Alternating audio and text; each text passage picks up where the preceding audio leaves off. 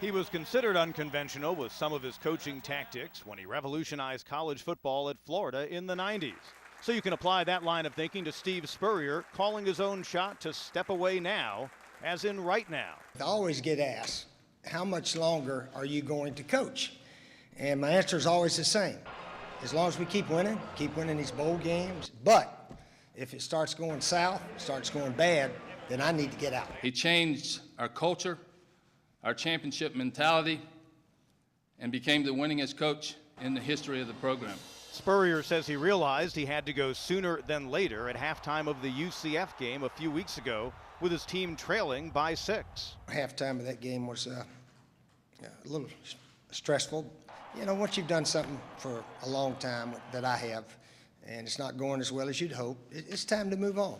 And always holding firm to his instincts, there was no turning back from there. On Sunday, I felt strongly that he'd made a decision that he was going to step aside. It was very depressing for some of us, you know, because I've been here for 5 years. I've been with him for a long time, and it's just to see him leave, you know, it's kind of hard, but we still got to keep playing. South Carolina players moved on with their careers today under interim head coach Sean Elliott. We just really rolled with the punches and just went with the flow of everything.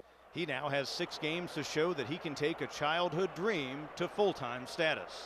Being from Camden, South Carolina, and spending a lot of Saturdays here watching the Gamecocks play, it's pretty special. It's pretty special.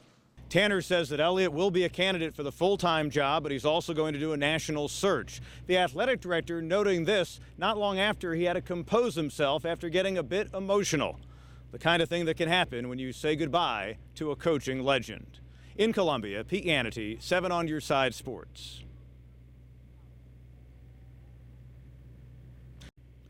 Todd, by now, Gamecock fans have heard from the ball coach as to why he wants to get out and get out right now.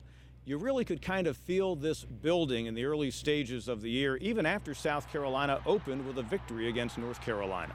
Spurrier was clearly not happy with how his team performed in that thrilling finish.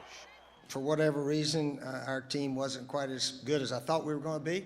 As the weeks went on, arriving at a 2-4 record through Saturday, the ball coach knew the time had come. So why prolong the inevitable?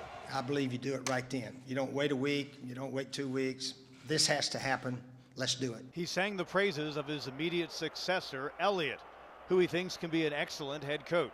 I really believe Sean will bring some enthusiasm, energy, passion that our team will accept. I certainly didn't take this position today or last evening to throw in my hat 6 games away from it.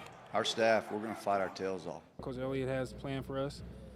We're coming out here every day from now on, just trying to bring us a lot of excitement, intensity, emotion as much as we can. By the way, Spurrier noting that he knew it was time to get out now at halftime of the Central Florida game. His team was down by 6 in the second half. They relied on Lorenzo Nunez and his running style, and after that game, Spurrier said that Sean Elliott and fellow offensive assistant G.A. Mangus would begin calling the plays with a run-first quarterback. That's something that wasn't in Spurrier's wheelhouse.